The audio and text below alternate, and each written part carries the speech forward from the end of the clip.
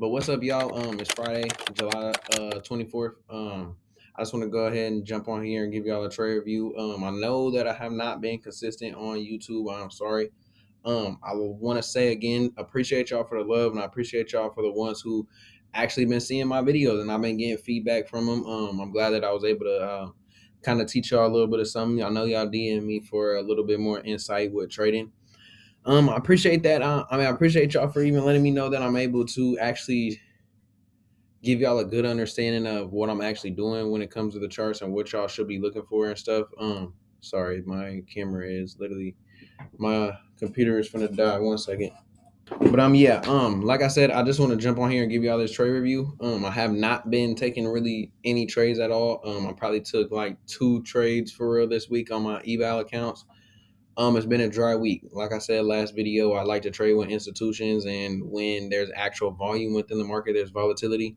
There was no economic folders on the calendar for Nasdaq this week or for USD in general. So we really just sat back on our hands and we just looked what the market did. We had good deliveries on some days, but the market was delivering pretty poor, pretty much all week.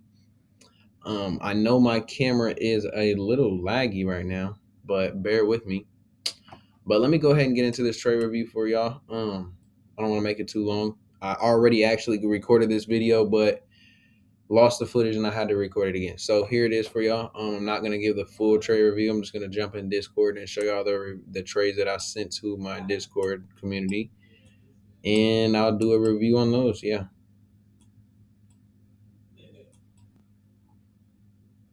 Okay. Boom. So like I said, let me just jump in here and give y'all this trade review.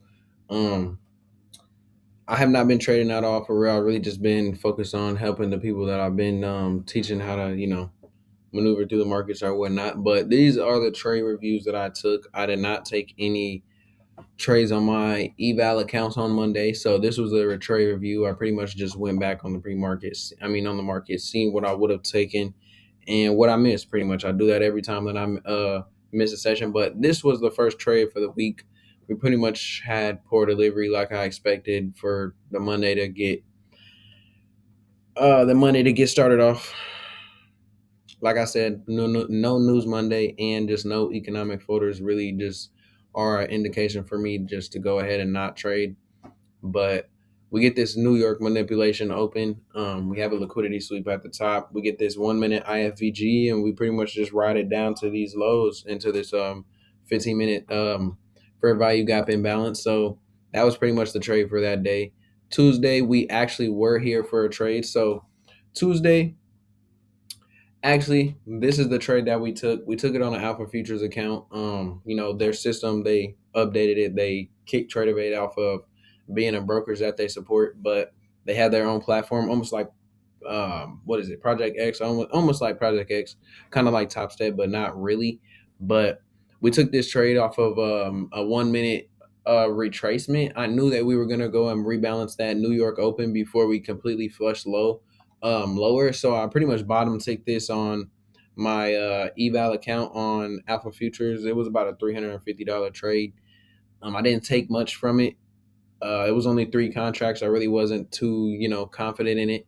It was a pretty impulsive trade, so I really did not want to hold that for too long. But I knew it was a good trade. It was a good trade, but it wasn't my best setup. I knew my bias for the day, but I just wanted to catch a little piece of the pie real quick. I didn't really want to take too many trades that day. Like I said, I haven't been hunting for trades. But right after that trade, we actually switched to ES because NQ started delivering very weird on Tuesday, and I was just sitting back and watching both of them. So this was the first trade that I took on ES. It was my first time being back on trading on ES for a while, so I really did not plan on taking it on my eval. I took this on my paper account. As you can see, too many $700 risk. This was a real trade I would have took. I was watching the charts a lot of time. I just closed out of my account so I could practice discipline for one and follow my rules. Like I said, I was not really hunting trades at all this week. Unfortunately, I should have took these trades on my account, but it's just fine. Like I said, I've been following my rules. It's been a low economic week, really no folders out. But we take these shorts after New York Open failed to go and grab this high right here, leaving buy side liquidity above us.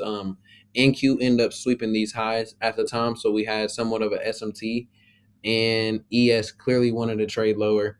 NQ already sweeping the high, and we just started displacing lower within both. But ES told the story. So what I mean by ES told the story, NQ and ES kind of correlate and work together sometimes, and you can go and back test it for yourself.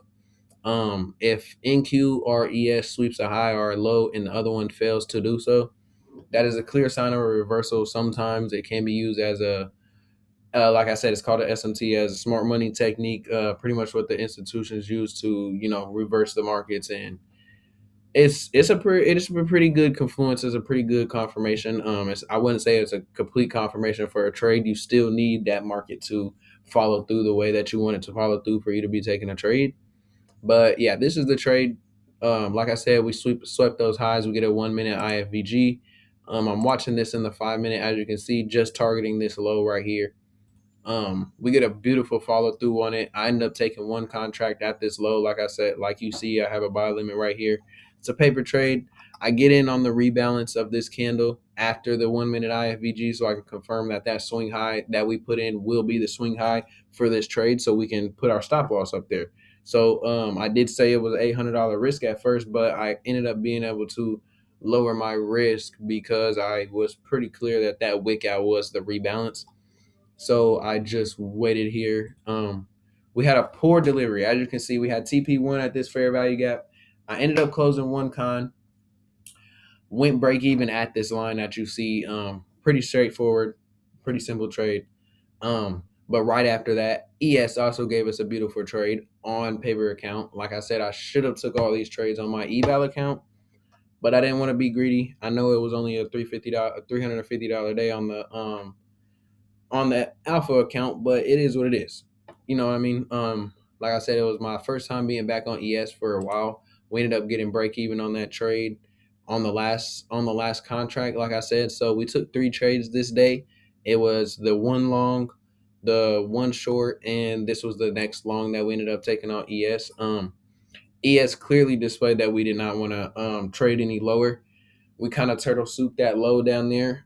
NQ was already choppy. I had already called out that ES was going to sweep buy side liquidity because it was the clear indice that was going to be the one that was rolling the ball, that was actually getting the momentum that we needed to. So we get this 1 minute displacement right here to the downside after we already get the 1 minute, after we already get the bullish displacement that we need. So we get the bearish fail, and then we get the 1 minute IFVG. I wait for the IFVG to get rebalanced, and I get in at the perfect time. So, I mean, I pretty much got a perfect entry. I would say this is one of my favorite entry models to get into, like waiting for the rebalance, knowing that our drawn liquidity is confirmed on ready. Are confirmed or ready to actually be ran. So, like I said, ES did not sweep this buy side liquidity. NQ did, and I had already called it that we were going to go back to it, so we ended up sweeping it.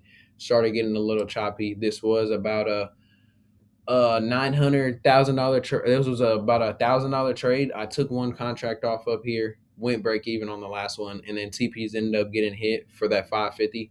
Like I said, I was on a paper account, but yeah, that's how that trade went. Let me go ahead and move on to the next trade for you guys. I don't want to make it too long. No trade review on Wednesday. Didn't even show up. I just had a lot of work to do. I just was up really late. Like this whole week, I really just haven't been getting the proper sleep. So that on top of the market already being low volatility, that just is my sign to not even trade or be, showing up during. I know I said that you need to show up during New York session, but obviously if you got other things to do, hey, life happens. But this week was a perfect week for me to not even be as dialed in as I wanted to. Because had I have, yes, I could have passed a few accounts this week, but there's low volatility. Like I said, I want to be following my rules, so it is what it is. This was Thursday's trade review. This was Thursday's trade review.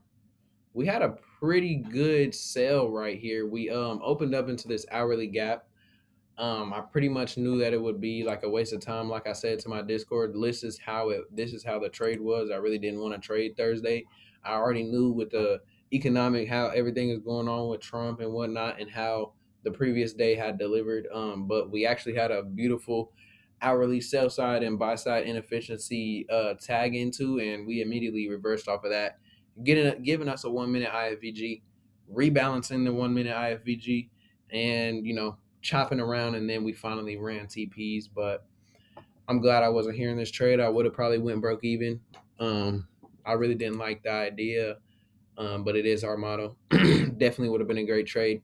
Like I said, I will show y'all time after time. Like, this is why I don't trade unless the financial institutions are in and there's actual volume. So yesterday, this was the trade that we took as well. We took this across 3 accounts, so it was just one micro, just testing the waters. We had a 1 minute order block as well as a break off into and a full closure past 50% encroachment of this 5 minute fair value gap. So I really was looking for sales to this low right here. Just looking to tap into this 15 minute or this 1 minute fair value gap right here. One contract, I wasn't very confident in the trade. I just wanted to go ahead and get a trade out of the way for the night. Ended up going broke even in profit. It was like $30, so don't even count that trade. This was the second trade that we took yesterday, and this was the last trade for the week. We didn't get to take any other trades other than this. Um, so right here, after those shorts that we got broke even, pretty much confirmed this trade. Um, this was across 3 accounts. It was only about a $200 trade, like I said, times 300. It was just a $600 night. Really like $450, $500 because I had took a little small loss like a couple days ago on one of the accounts. So Trade Seeker only popped up this right here. Trade Seeker only popped up 476. Not bad. It was a small trade. That's the glory about being able to copy trade multiple accounts. You're gonna have a small day and it still show up as a decent P&L day. You can comfortably be mentally okay with that. Sometimes we do gotta realize that the small wins that we make is literally like doctor salary. So sometimes we gotta be appreciative of that, and we just gotta take our wins and walk away for the day. Sometimes I've been trying to really push myself when it comes to risk management and psychology. My trading has been on point. I've been doing everything that I need to do. I've been following my rules, so I know that it will pay off. I don't want to keep on blowing up accounts and then regret it the next regret it the next week, or just be mentally not where I want to just because I blew up a small account over not being okay over one red day. And that's what happened to the last funded account that I had the video with you guys about. Like I said, I have not been consistent this week. It's just been a dry week for me. I really haven't been trading.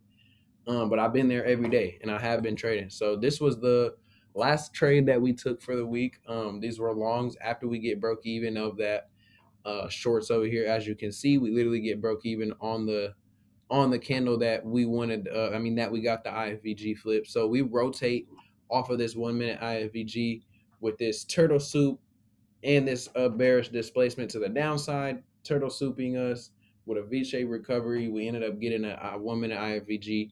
We rebalanced the IFVG, and that's actually exactly where we get into the trade. So because I know I was confident in the trade for it to run this Thursday open gap, because I don't know why we opened so low Thursday after the New York session was open, but when we reopened like before, when pre-market, like 2 hours before Asia opened, we just had a huge gap, and that's what I was targeting. I was targeting that candle high, and then I was also targeting this high up here. We get broke even for like 220 out of the trade on some BS. I don't know what happened. My charts literally, I was up 350 in this picture, as y'all can see. My charts literally started freezing. We have a somewhat of a pullback into this order block that y'all can see right here, and I refresh my page and I literally get taken out of the trade. And then we run our TPs right here. We run these TPs up here. It was about a $600-$700 trade that we would have missed out on. That we did miss out on. So that would have been like a $2,000 night. 700 times 3 accounts. You do the math. $1,400, $2,100. It was just unfortunate, but I really didn't care. I didn't force any more trades. That was the only trade that I took for the night. And that was it. And that was pretty much my trade recap for the week. And Friday, this is Friday. This is Freaky Friday. I said this last video too. I don't trade Freaky Fridays. I don't really like No News Mondays. It is what it is. Sometimes price action deliver. Today was just one of those Fridays that it actually did, surprisingly, but still not how we should have. But it ran quite swell. We tapped into this 15-minute or hourly fair value gap below. This was the target, and we just completely reversed off of that and had a beautiful recovery to come and sweep New York high. And that was the trade review for the week, and that's how we managed through the week. We're green on the week, we green on the day. We didn't take a trade today. We followed all our rules. We mentally knew where were in life, so we did not want to even, trade just because of the fact we've been busy. And hey, sometimes it be like that. But that is my trade recap for the week. Like I said, I'm gonna be more consistent coming next week. And yeah, stay tuned for the videos. Like I said, I appreciate y'all, and y'all have a good day.